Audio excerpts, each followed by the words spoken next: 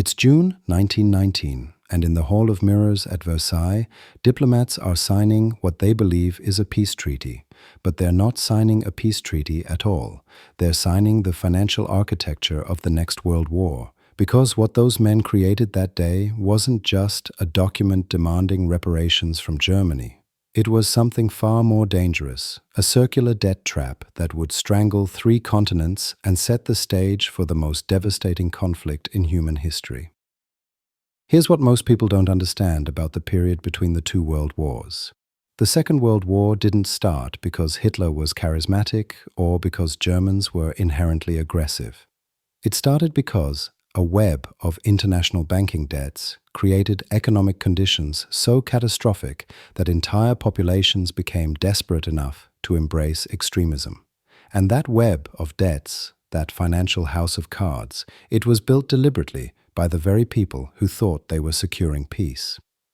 The story begins not in 1919, but 5 years earlier. When the guns of August 1914 roared to life across Europe, nobody understood what kind of war they were starting. This wasn't going to be a quick campaign of maneuver and glory. This was going to be an industrial war of attrition, a war that would consume entire economies, and economies that size don't run on patriotism alone. They run on credit. By November 1918, when the armistice finally silenced the guns, the Allied powers owed each other approximately $21.6 billion. Think about the complexity of that number for a moment. Britain had lent $9.3 billion to other allies, primarily Russia, France, and Italy. But Britain had also borrowed $6.1 billion, mostly from the United States. France owed Britain. Britain owed America. Italy owed everyone. It was a financial spiderweb, and every strand was about to snap under tension. The United States emerged from the war as the world's great creditor nation. America had lent over $10 billion to the Allied powers, and Washington wanted that money back, not some of it, all of it, with interest. The American position was simple and brutal. These were commercial loans, not gifts. The fact that we fought together doesn't erase the debt. Pay up. But here's where the trap was set. Britain and France couldn't pay America back unless they extracted reparations from Germany. They'd spent everything they had and more fighting the war. Their treasuries were empty. Their economies were shattered. The only way they could service their debts to America was by squeezing Germany dry. And so, at Versailles, they demanded the impossible. The Treaty of Versailles didn't just end the war. It sentenced Germany to decades of economic servitude. Article 231, the infamous War Guilt Clause, declared that Germany and her allies were responsible for all loss and damage suffered by the Allied powers. The price tag for that guilt was staggering. The Reparations Commission initially set the figure at 132 billion gold marks. That's approximately $33 billion, which in modern terms would be over $600 billion. For a country whose economy was in ruins, whose industrial base had been gutted by 4 years of war, whose people were starving, this was an impossible burden. But the architects of Versailles, particularly French Premier Georges Clemenceau, didn't care whether it was possible or not. France had suffered enormous devastation. The Western Front had torn through French territory, destroying cities, poisoning farmland, killing over 1 million French soldiers. Clemenceau wanted revenge, and he wanted security. He believed that crushing Germany economically was the only way to prevent another war. The irony is almost too perfect. In trying to prevent future conflict by bankrupting Germany, he guaranteed it. Now here's where the financial engineering gets truly perverse. A circular flow of money was established. Germany would pay reparations to Britain and France. Britain and France would use those reparations to pay back their war debts to the United States. And where would Germany get the money to pay the reparations? From American loans. American banks would lend money to Germany. Germany would use that money to pay Britain and France. And Britain and France would turn around and pay it back to America. The same dollars were just circling the Atlantic, with banks taking a cut each time they passed through. This system was insane, but it was also the only system anyone could imagine working. Because the alternative, The alternative was for America to forgive the Allied debts, and the American people weren't having it. They'd sacrificed their boys, spent their treasure, and they wanted compensation, or for the Allies to forgive German reparations, which the French and British publics would have seen as a betrayal of every soldier who died in the trenches. So instead, they built this elaborate financial mechanism that required every piece to work perfectly forever. And, in 1923, one of those pieces shattered spectacularly. By the end of 1922, Germany was struggling. The economy was faltering, inflation was rising, and then Germany missed a reparations payment. It was the 34th time in 36 months that Germany had defaulted on a payment. But this time, France decided enough was enough. On January 11, 1923, French and Belgian troops marched into the Ruhr Valley. The Ruhr was Germany's industrial heartland. Over 80% of Germany's coal production, 80% of its steel production, all concentrated in this single region. The French plan was simple. If Germany won't pay, we'll take what we're owed directly. We'll occupy the Ruhr, seize the coal, seize the steel, ship it back to France and Belgium as payment in kind. The German government's response was equally straightforward. Chancellor Wilhelm Kuno called for passive resistance. He ordered the workers of the Ruhr to refuse cooperation with the occupying forces. Don't work in the mines. Don't work in the factories. Don't help the French steal German resources. It was a policy of economic self-immolation, and the German government promised to support the striking workers financially. There was just one problem. The German treasury didn't have any money, so they printed it. Month after month, the printing presses ran day and night, churning out paper marks to pay the 2 million striking workers. And as more and more paper money flooded into an economy that was producing less and less actual goods, the currency collapsed into hyperinflation so severe it defies comprehension. In January 1923, $1 was worth about 18,000 marks. By November 1923, $1 was worth 4.2 trillion marks. The stories from this period sound like fiction. Workers being paid twice a day because their wages lost value by the hour. People carting wheelbarrows full of cash just to buy a loaf of bread. Life savings that had taken decades to accumulate becoming worthless overnight. A loaf of bread that cost 1 mark in 1918 cost 200 billion marks by November 1923. The middle class was annihilated. If you were a schoolteacher who'd saved diligently for retirement, your savings were now worthless. If you were a small business owner with money in the bank, it was gone. If you'd invested in war bonds to support the German war effort, those bonds were now worth less than the paper they were printed on. An entire generation watched their security evaporate while industrialists who had access to foreign currency or owned physical assets actually got richer. The social impact was catastrophic. Trust in the government collapsed. Faith in the banking system evaporated. The German people learned a lesson that would echo through the decades. The institutions that were supposed to protect you will sacrifice you without hesitation when the alternative is their own survival. This lesson, this betrayal, would make them vulnerable to anyone promising to restore order and dignity. But we're getting ahead of ourselves. In 1924, sanity temporarily prevailed. An American banker named Charles Dawes led a committee to restructure Germany's reparations. The Dawes plan acknowledged reality. Germany couldn't pay what Versailles demanded, so the payments were reduced and made flexible based on Germany's economic recovery. More importantly, American banks would provide loans to help Germany stabilize its currency and rebuild its economy. And it worked. Sort of. Between 1924 and 1929, Germany experienced a remarkable recovery. American capital poured in. The Reichsmark stabilized, factories reopened, unemployment fell. These were the golden years of the Weimar Republic, a period of cultural flourishing and economic optimism. Berlin became a center of art, music, literature, and scientific achievement. The Bauhaus movement revolutionized design and architecture. German physicists were winning Nobel Prizes. It felt like Germany was finally moving past the trauma of war and hyperinflation. But the entire recovery was built on a foundation of borrowed money. American investment bank J.P. Morgan floated the initial Doors Plan loan of $200 million, and the offering was oversubscribed immediately.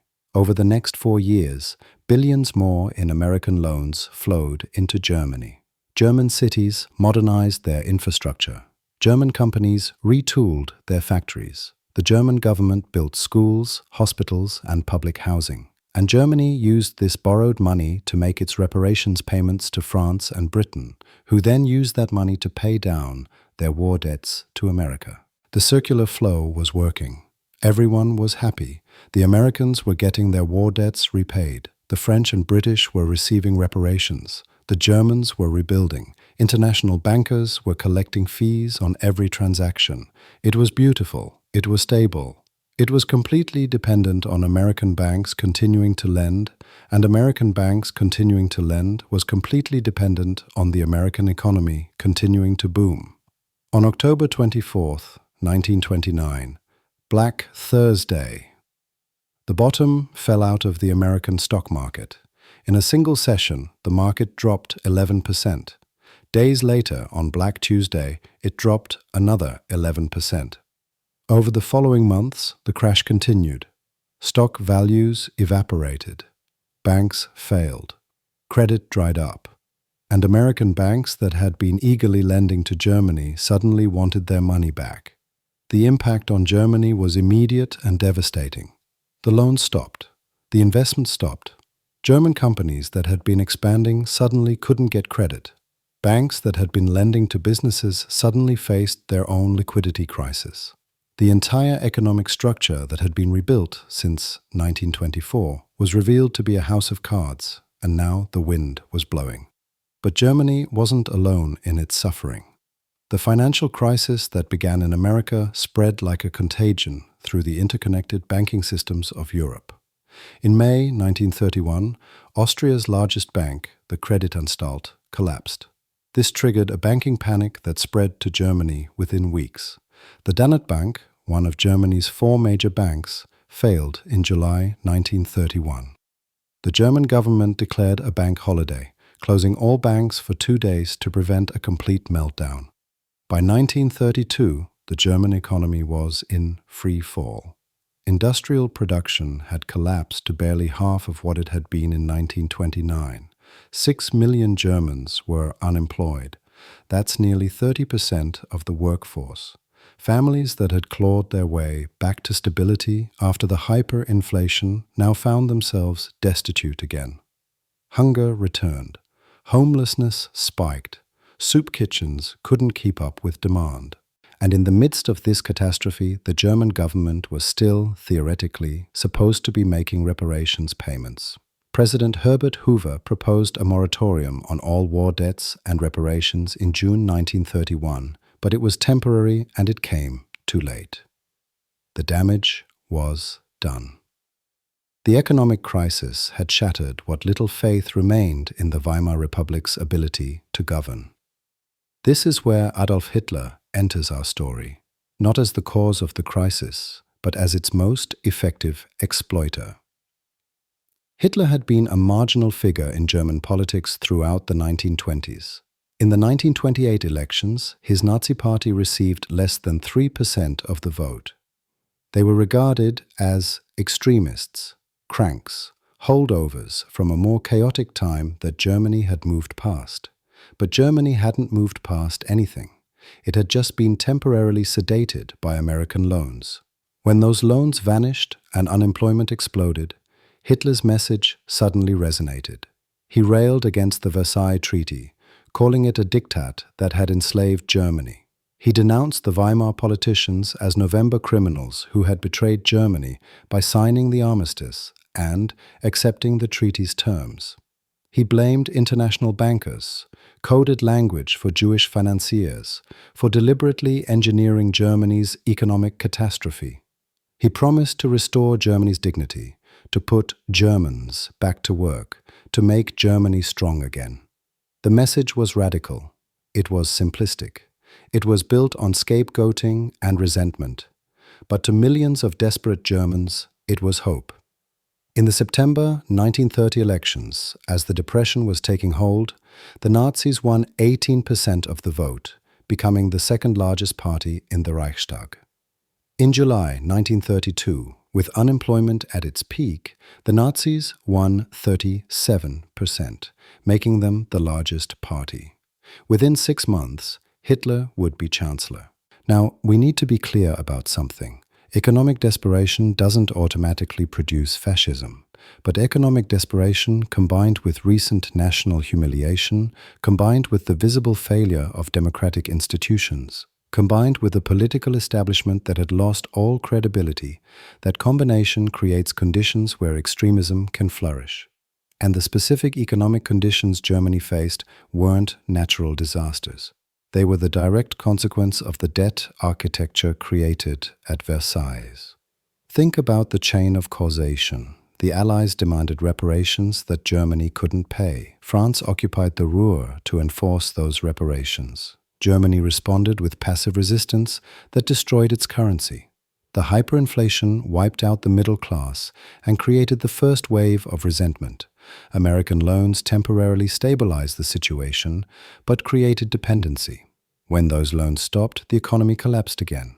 The second collapse destroyed what little faith remained in democratic governance. Into that vacuum stepped Hitler, whose rise to power was financed by industrialists who feared communism more than they feared Nazis, and who were themselves products of the bizarre economic conditions created by the reparations regime.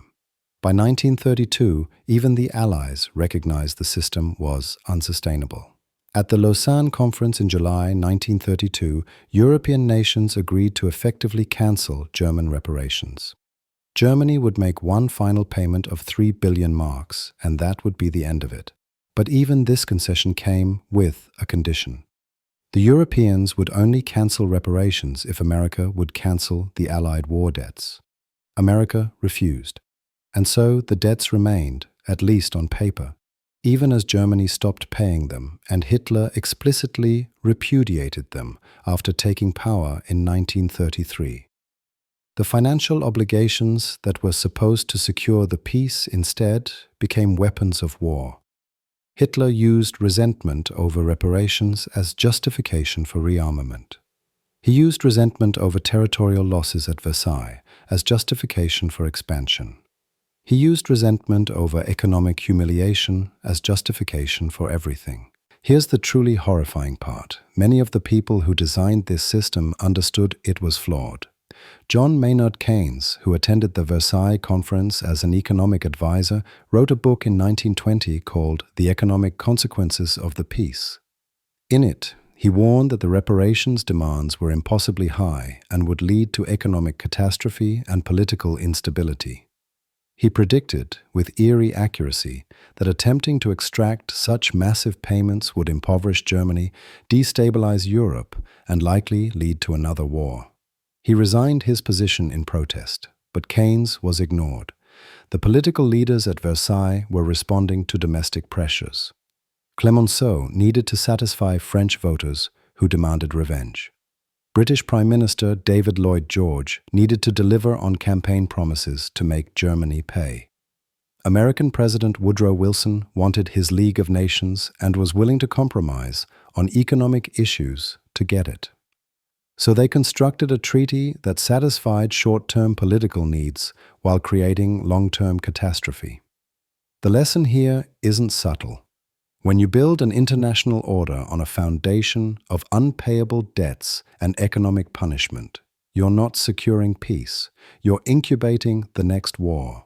When you link the debts of multiple nations into a circular system where one failure cascades through all the others, you're not creating stability. You're building a systemic vulnerability that will eventually collapse. And when that collapse comes, as it inevitably does, people don't respond by becoming more moderate. They become more radical. Germany paid, by various estimates, somewhere between 20 and 22 billion marks in reparations before Hitler stopped payments entirely. That's a fraction of what Versailles demanded, but it was still enough to help destabilize 2 decades of European politics. And the Allied war debts? Britain made partial payments until 1934, then defaulted. France defaulted in 1932. By 1934, every European debtor nation, except Finland, had defaulted on its loans from the United States. The money that was supposed to flow in that circular pattern, funding reconstruction and ensuring peace, instead became a catalyst for the greatest catastrophe in human history. The Second World War killed over 70 million people. It destroyed entire cities. It led to the Holocaust. It reshaped the global order. And while you can't draw a straight line from the reparations debate at Versailles to the gas chambers of Auschwitz, you can absolutely trace how the economic architecture of the post-war settlement created conditions that made Hitler's rise possible. Remove the economic desperation created by reparations and the Depression, and Hitler remains a failed artist and beer hall agitator. Remove the middle-class resentment created by hyperinflation, and the Nazi Party stays a fringe movement. Remove the systematic failure of democratic institutions to manage the crisis, and Germans don't turn to an authoritarian who promises simple solutions. But those economic conditions existed. That middle-class resentment was real. Democratic institutions did fail. And they failed because the great powers of 1919 prioritized punishment over stability, short-term political wins over long-term peace, and the collection of debts over the reconstruction of a functional international order. So yes, banking debts between empires triggered the next global war. Not directly, not immediately, but inexorably. The financial architecture of Versailles created the conditions for economic catastrophe.